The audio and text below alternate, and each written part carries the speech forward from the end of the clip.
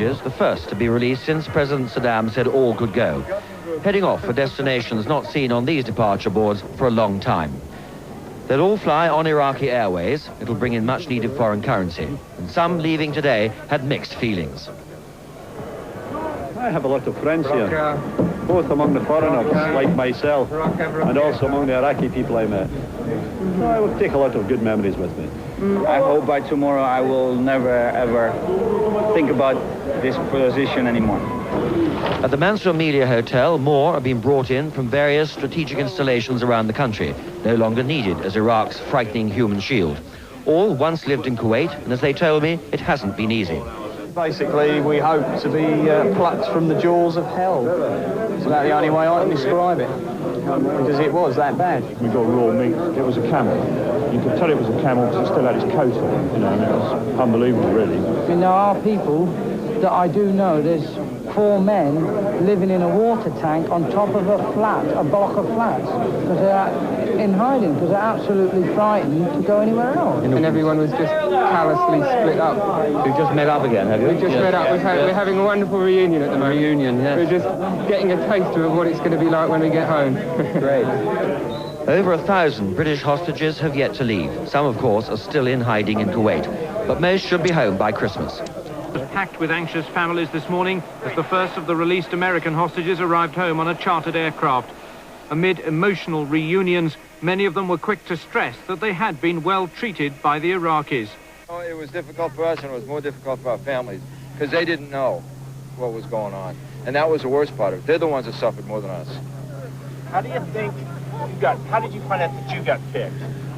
Well, they drove up in the middle of the night last night, blowing a horn, shouting my name and Jim's name, and said, just be ready to go by 6 o'clock in the morning.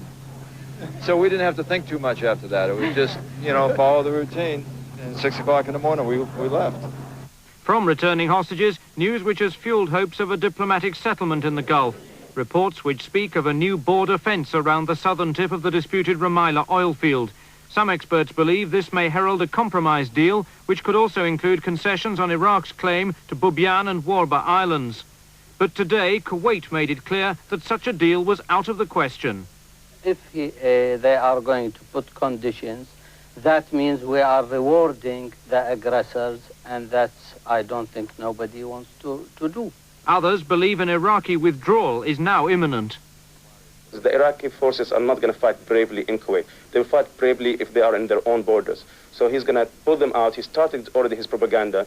It took him 2 weeks to build up the propaganda for the 2nd of August invasion. It will take him 2 weeks to build up that propaganda and pull out of Kuwait. Troops from Kuwait may be President Bush's top priority as he continues to press that demand. But it is the last thing Saddam Hussein wants to do.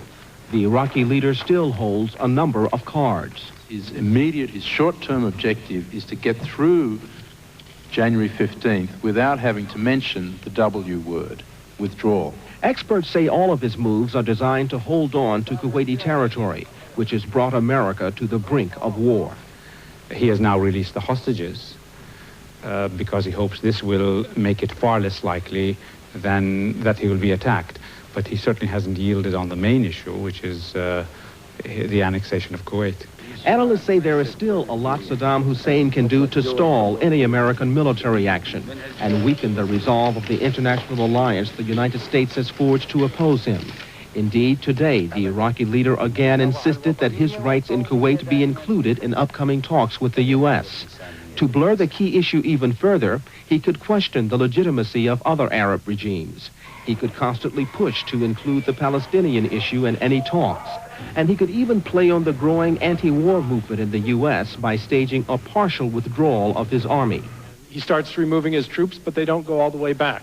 Now, at that point, he has not fully complied with the UN resolutions, but he's partially on his way.